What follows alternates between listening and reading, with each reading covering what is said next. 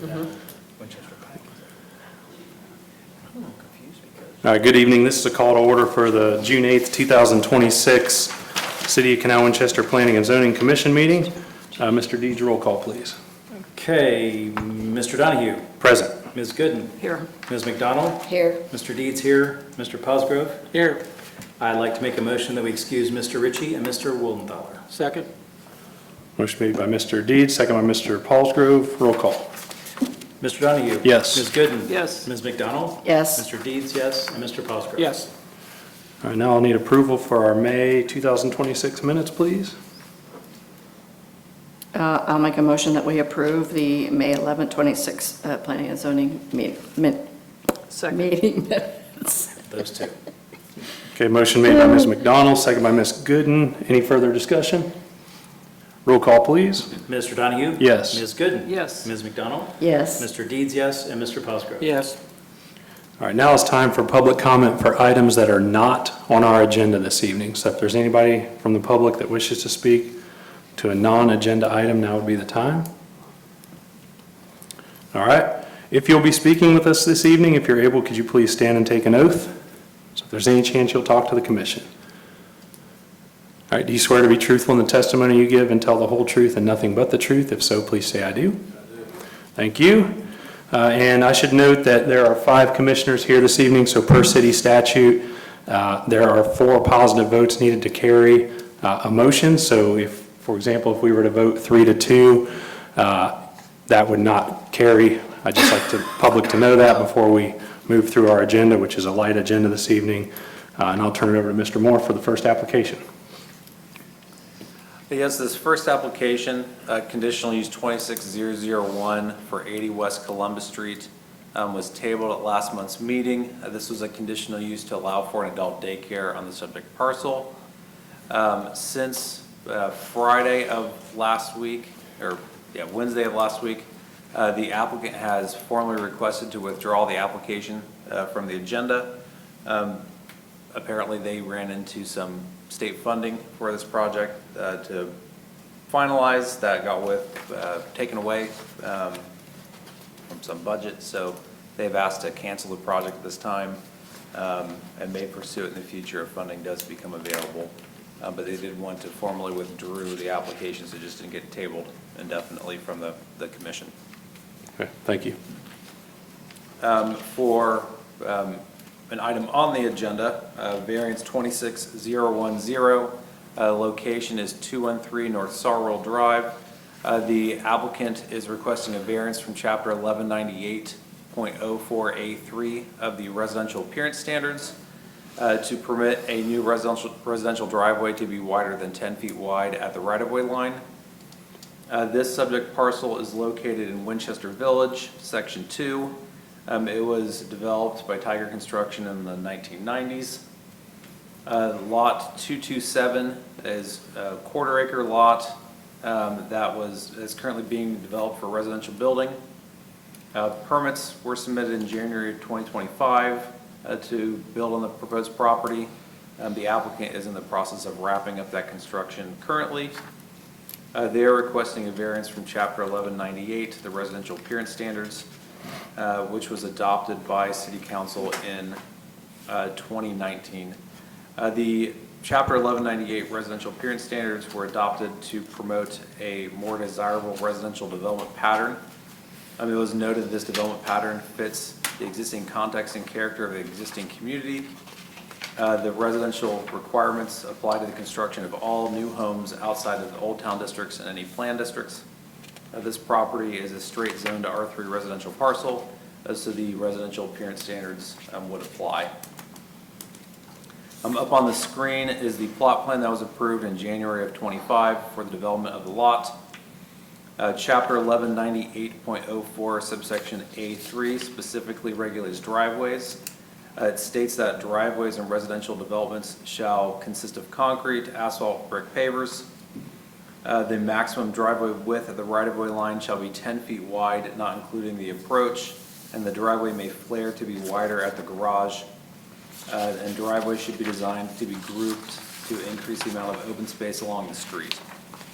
Chapter 1198 was more or less developed for any new residential growth within the city.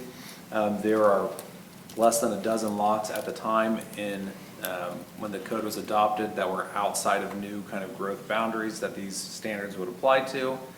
These standards were written in a way to allow for residential development to fill in those dozen or so lots throughout the city's development and make contextual sense while promoting a higher residential development pattern for any new residential growth within new subdivisions around the city.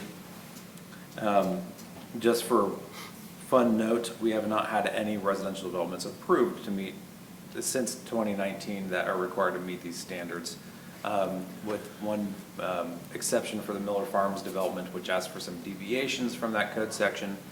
This is a code section that they've asked and were granted a deviation from to have wider driveways at the right-of-way line.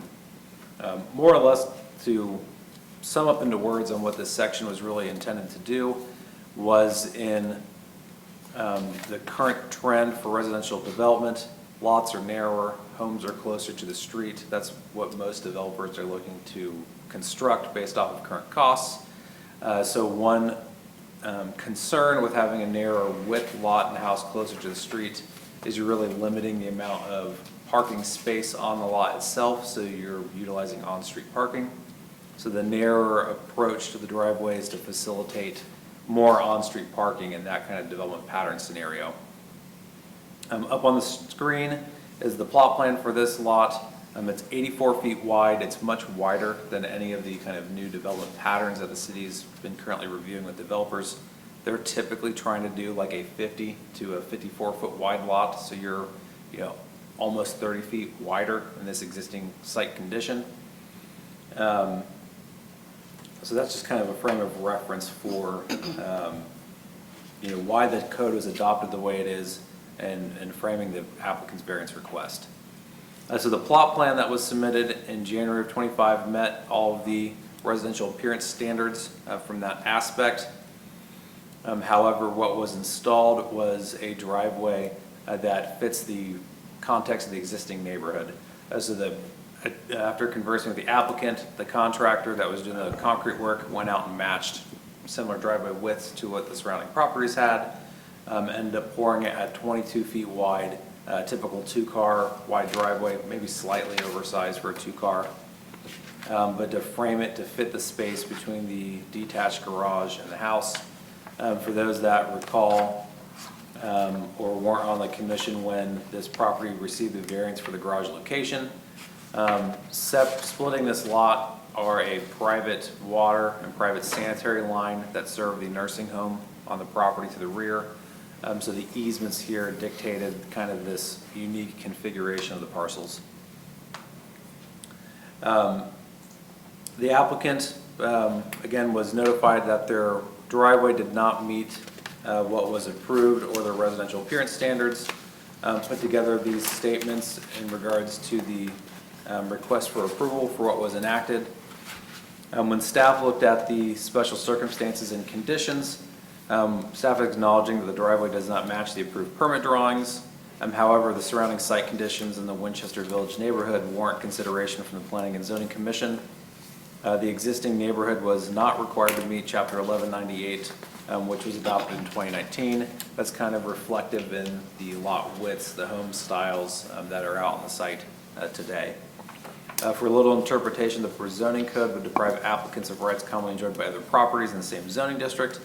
Literal interpretation would not deprive the applicants of rights deprive applicants of rights commonly enjoyed by other properties in the same neighborhood.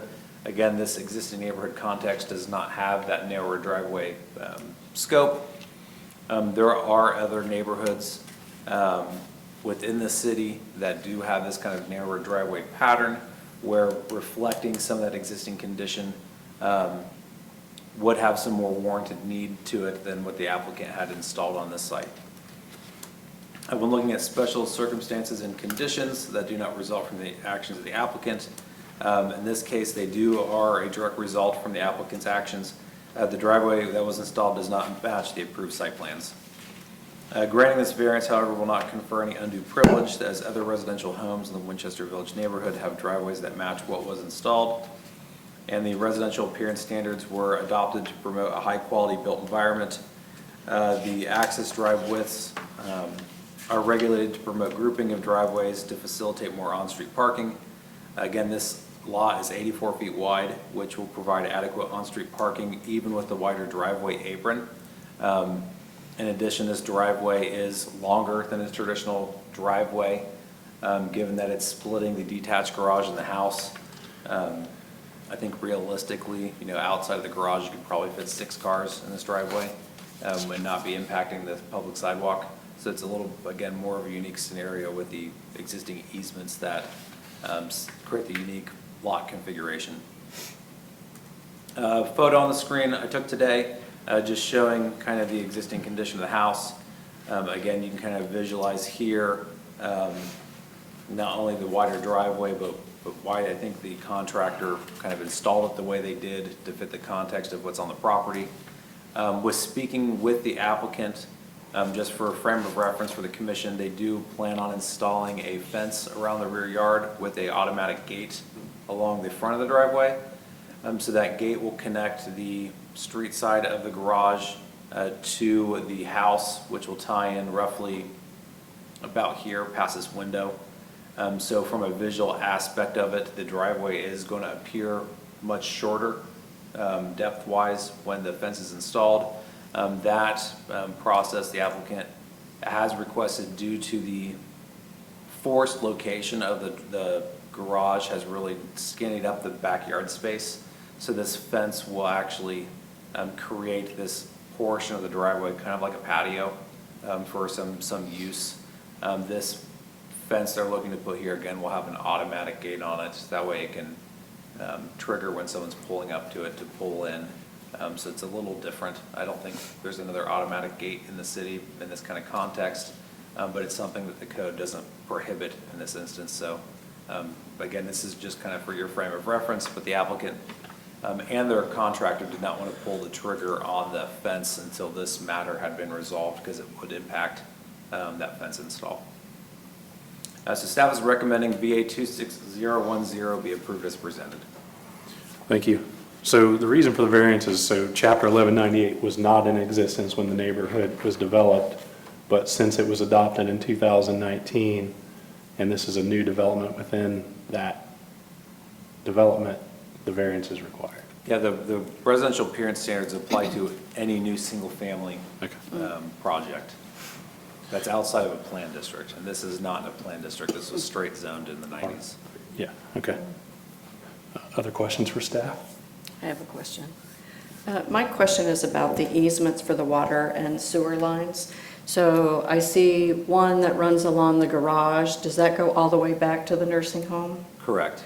And then the one that sort of cuts off the front end of the house, that is the active line? What are the 2 lines in the middle that end? So this line right here is the sewer. Mm-hmm. This line right here is the water. Correct. This is the rear yard power easement, and this is another electric easement here. And this is a front yard setback at 30 feet here. I'm not sure what this line in the front is supposed It's to where be they meet, representing. right there. They go like this versus being against each other. Yeah, there's a gap between them. Yeah. So are these active lines? So do we have 4 active lines, 2 water, 2 sewer? 1 water, 1 sewer. So this is the limits of the easement, not the pipe itself. Oh, okay, the limits of the easement, all right. So because they're private, is there any agreement for building over those easements? What happens if there is some sort of a failure of the water or sewer? So the private easement language was something staff had the property owner handle with I guess the applicant handle with the nursing home facility. This project has been trying to kick off since like 2017, 2018.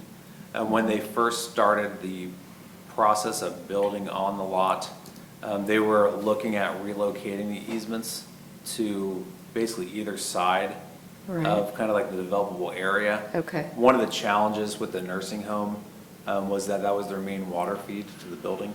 So they'd have to truck in water to a pump tank. And then the fire suppression line also feeds off of this. So the fire department required 24-hour standby while that took place. It inevitably became cost prohibitive, to my understanding. And the nursing home facility was able to facilitate the existing lines being utilized with this configuration.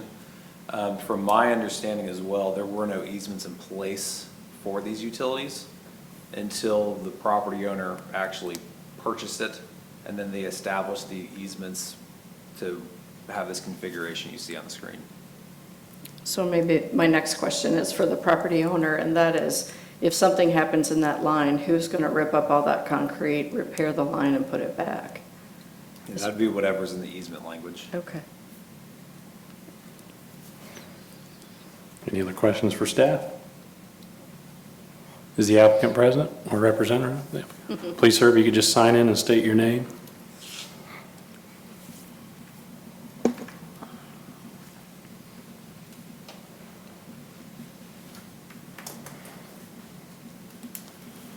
Hi, I'm Wade Jordan. Wade, is there anything you wish to add to Mr. Moore's presentation? No, I think he pretty much covered everything.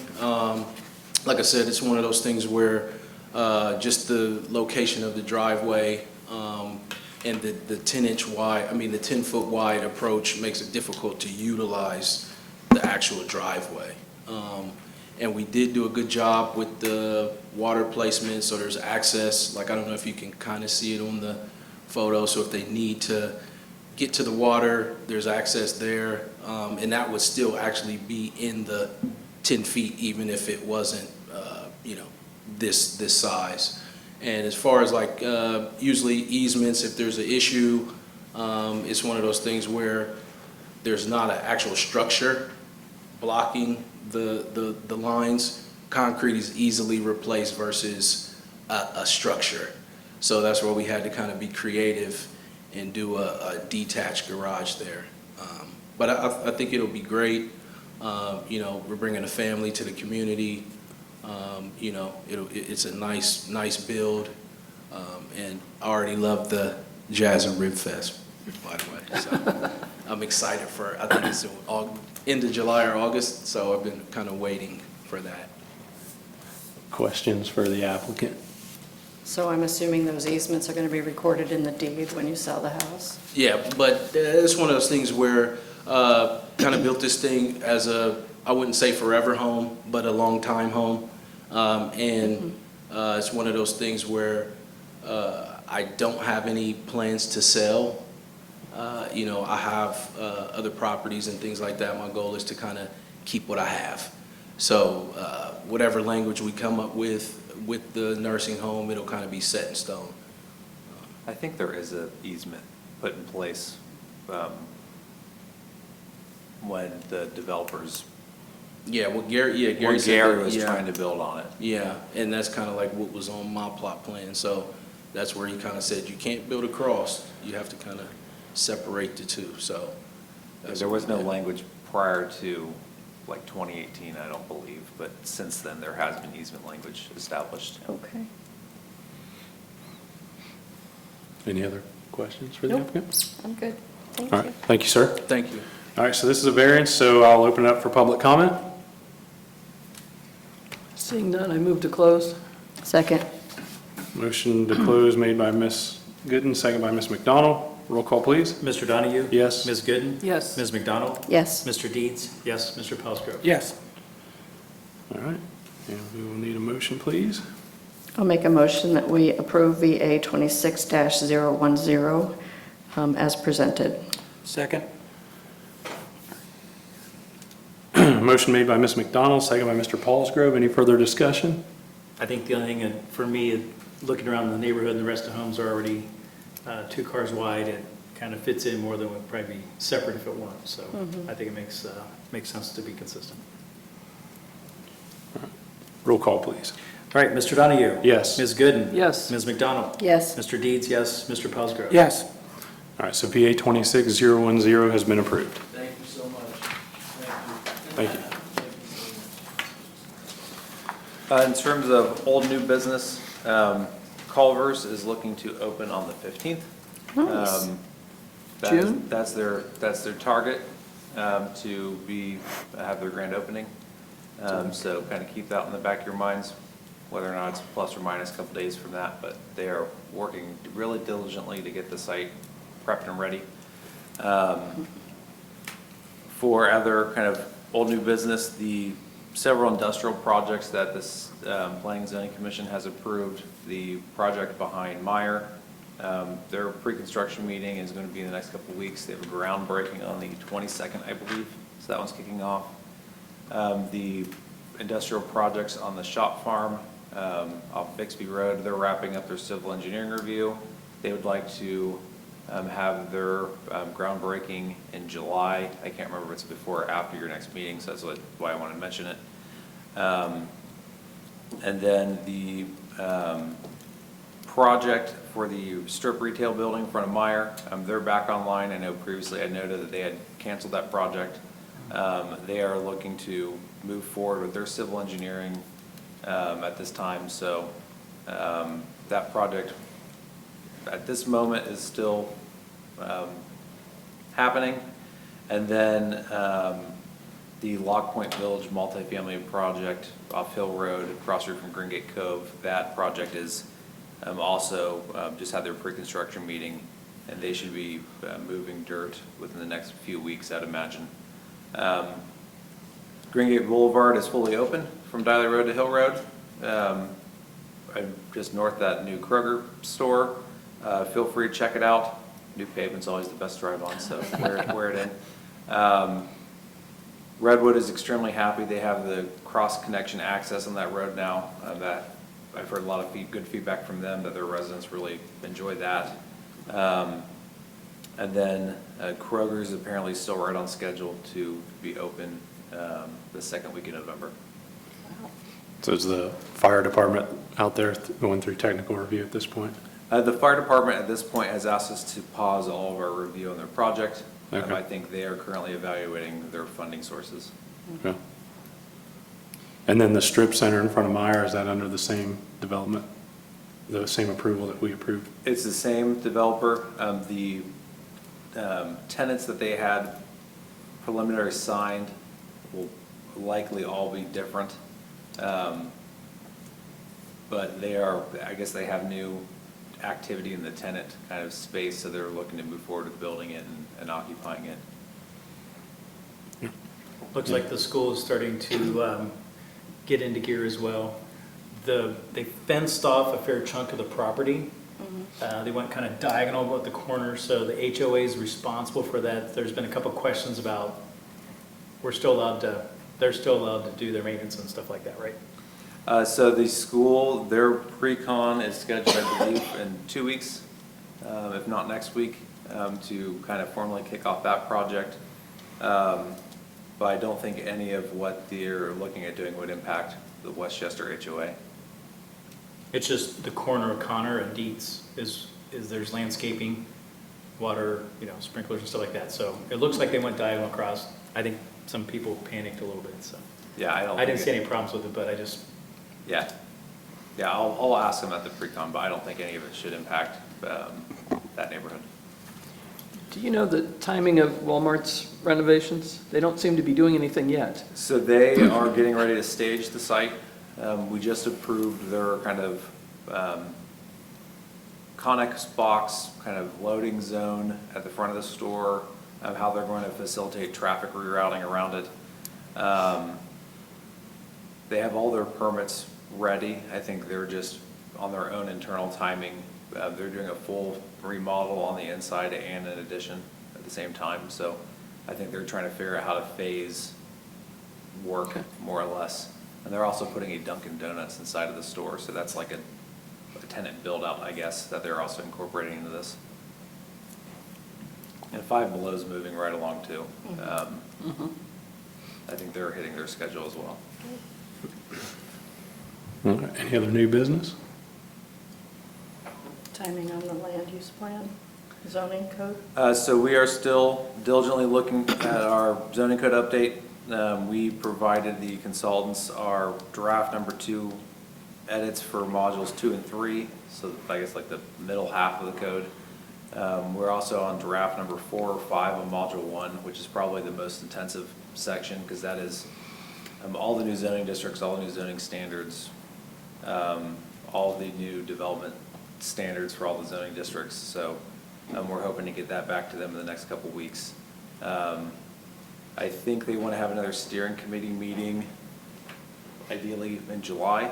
And then I'm pushing them to have everything wrapped up to bring it to Planning and Zoning Commission in August.